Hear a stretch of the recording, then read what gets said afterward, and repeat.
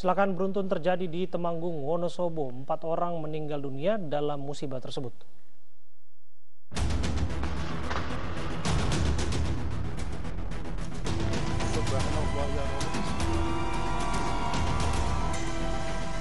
Beginilah situasi sesaat setelah terjadi kecelakaan beruntun di desa Candimulyo, Kertek, Wonosobo pagi tadi. Akibat kecelakaan, kendaraan ringsek dan beberapa korban terluka. Kecelakaan bermula ketika truk mengangkut ratusan dus air minum kemasan diduga mengalami remblong.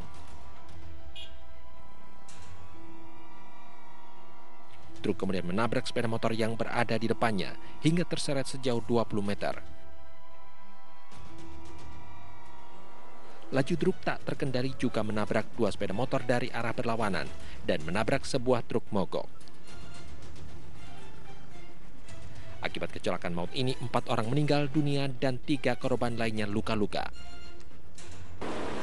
Sampai di TKP, rem tidak berfungsi sehingga membentur sepeda motor Honda Vario Nopol AA 6830 yang dikendarai oleh Lindatri dan membentur lagi sepeda motor CBR yang dikemudikan yang dikendarai oleh Ahmad Rindo. Para korban dibawa ke 2 rumah sakit yakni RSUP KU Muhammadiyah Wonosobo dan Rumah Sakit Islam Wonosobo. Dari Wonosobo, Jawa Tengah, Didi Dono Hartono, iNews melaporkan. Pemerintah Arab Saudi sudah merilis 11 negara yang boleh masuk ke negara mereka, namun Indonesia tidak termasuk di dalamnya. Belakangan pimpinan DPR mendapat kabar Indonesia tidak mendapat kuota haji tahun ini. Indonesia dikabarkan tahun ini tidak akan mendapat kuota haji lagi seperti negara-negara lainnya. Kabar ini diterima pimpinan DPR RI hari ini. Diduga vaksin yang digunakan pemerintah menjadi penyebab Indonesia tidak mendapatkan kuota haji. Wakil Ketua DPR RI Sufmi Dasko Ahmad mengaku masih mencari informasi lebih dalam mengenai gagalnya Indonesia mendapatkan kuota. Indonesia merupakan penyumbang terbanyak setiap penyelenggaraan ibadah haji. Sejak pandemi melanda, pemerintah Arab Saudi masih membatasi kedatangan warga negara asing termasuk untuk keperluan umroh dan haji. Karena informasi terbaru yang kita dengar bahwa kita nggak dapat kuota haji.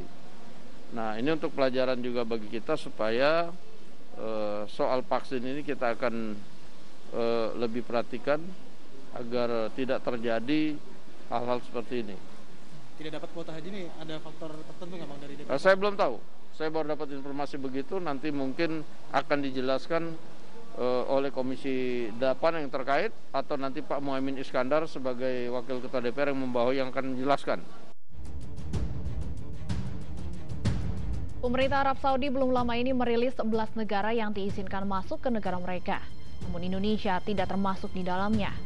Negara yang sudah mendapatkan izin masuk adalah Uni Emirat Arab, Jerman, Amerika Serikat, Irlandia, Italia, Portugal, Inggris, Swedia, Swiss, Prancis, dan Jepang.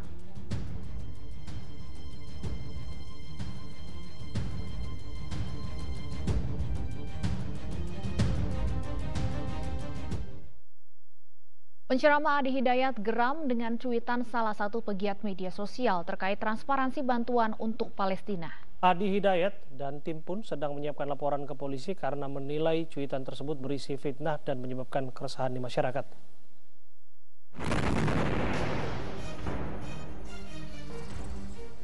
Pasca penyerangan Israel ke Palestina, warga di Gaza kini berduka.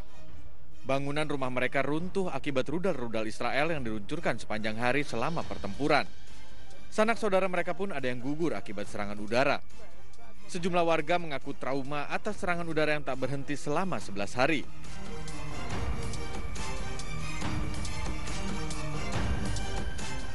Atas tragedi ini, bantuan dari berbagai pihak pun berdatangan termasuk dari warga Indonesia. Salah satu penggagas untuk mengumpulkan sumbangan adalah penceramah Adi Hidayat. Banyaknya antusias warga yang ingin membantu membuat pengumpulan dana berjalan cepat. Dalam waktu 6 hari, terkumpul lebih dari 30 miliar rupiah.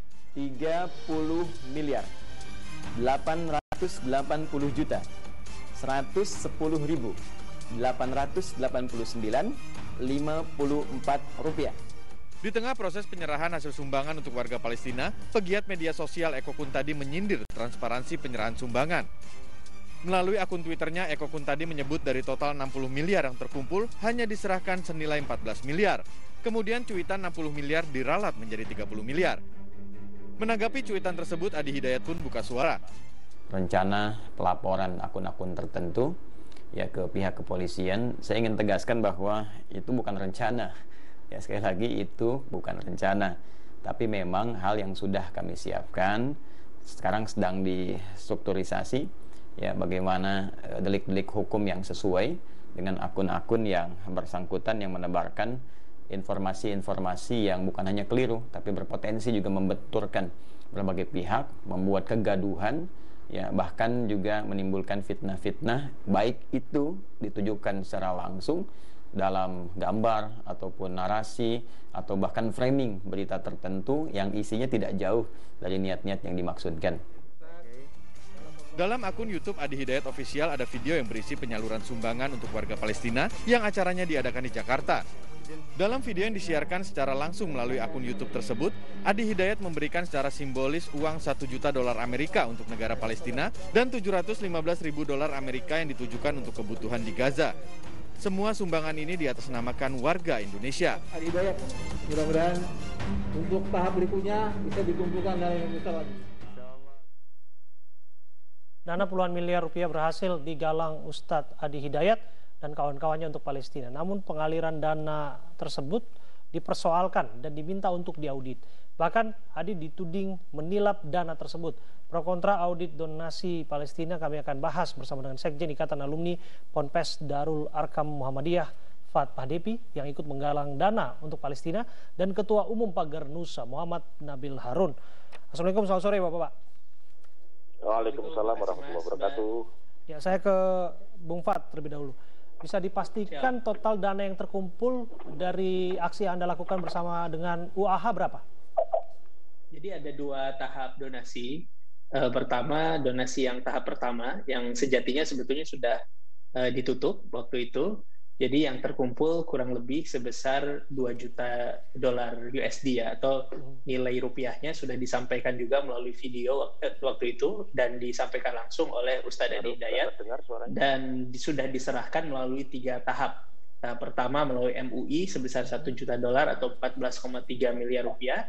Kemudian maksud saya itu tahap kedua. Tahap pertamanya langsung ke teman-teman di Gaza melalui International Humanitarian Network atau IHN itu sebesar 715.000 US dollar dan sisanya itu diperuntukkan untuk beasiswa siswa-siswa Palestina yang menempuh pendidikan baik di Indonesia maupun di Palestina nantinya.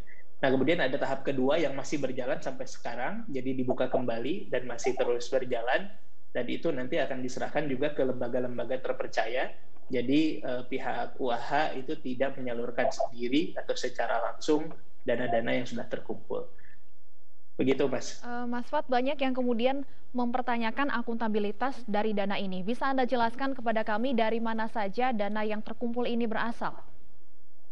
Jadi dana yang terkumpul ini berasal dari para jamaah ya. Jadi para santri, para jamaah yang selama ini mengikuti pengajian atau mengikuti program-program bersama Ustadz Adi Hidayat maupun penonton YouTube, pengikut di media sosial. Jadi karena antusiasme mereka, rasa percaya kepada sosok Ustadz Adi Hidayat dan juga bentuk solidaritas mereka terhadap warga Palestina yang mereka ini terpanggil karena ada amanat konstitusi di sana untuk membela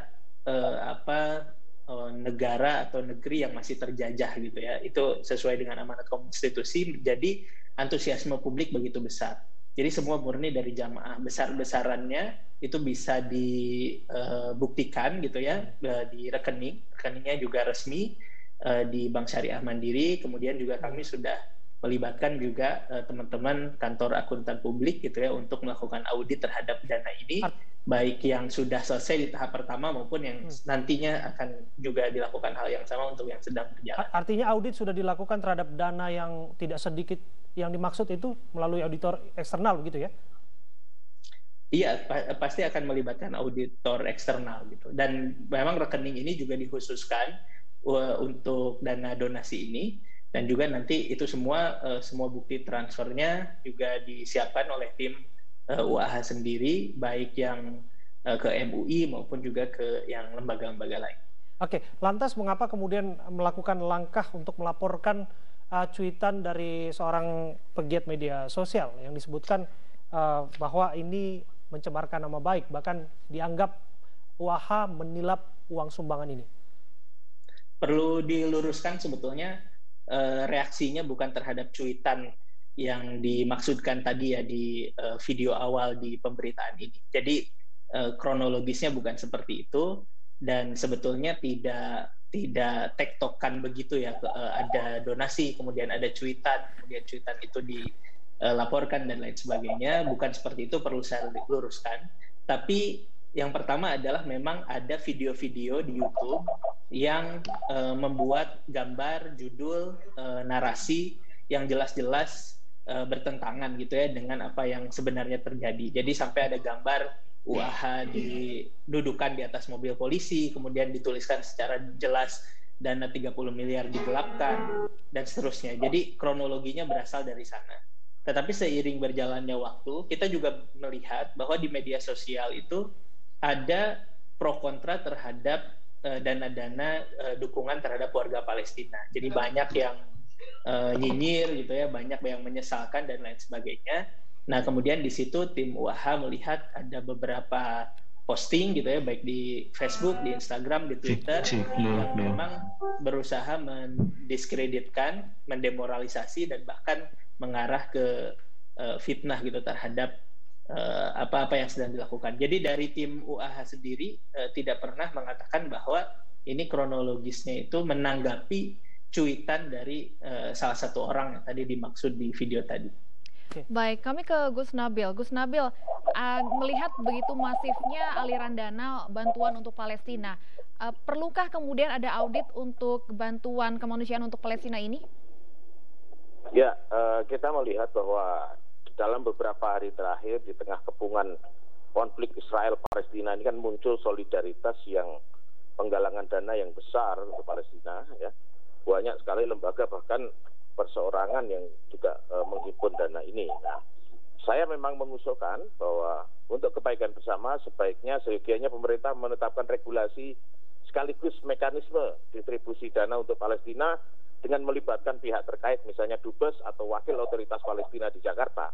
Selain itu juga perlu pengawasan dari lembaga finansial dan filantropi internasional agar donasi dan dukungan menjadi maksimal dan menghasilkan kemaslahatan publik. Selain itu, aspek transparansi dan akuntabilitas menjadi sangat penting. Untuk apa yang digalang oleh Ustadz Adi Hidayat bersama dengan kawan-kawan, Anda mencurigai transparansi dan akuntabilitasnya, Gus Nabil? Justru saya menyambut baik ya Ustadz Adi Hidayat, bahkan dalam statementnya saya membaca beliau ini mau diaudit gitu ya. Jadi justru orang-orang yang seperti ini yang siap diaudit ini justru yang harus kita dukung, karena tidak menutup kemungkinan di tengah-tengah solidaritas penggalangan dana ini selalu saja ada yang ingin memanfaatkan kesempatan dengan kesempitan. Sebagaimana Anda tahu, Nahdlatul Ulama dari dulu, misalnya kami di NU selalu mendukung Palestina. Tidak hanya hari ini, bahkan saya juga pernah berkunjung langsung bertemu dengan Dubes Palestina di Jakarta. Jadi jangan sampai ada orang-orang yang baik seperti Ustadz Adi Hidayat ini kemudian tercederai oleh oknum-oknum yang kemudian melakukan penggalangan dana dengan tidak bertanggung jawab. Perlukah kemudian ada pelaporan terhadap akun-akun yang bisa dikatakan dalam tanda kutip menuding atau memfitnah penggalangan-penggalangan seperti ini? Saya kira itu tergantung kepada Ustadz Adi Hidayat ya. Saya kira saya tidak dalam posisi menanggapi itu karena saya tidak ada ikut dalamnya.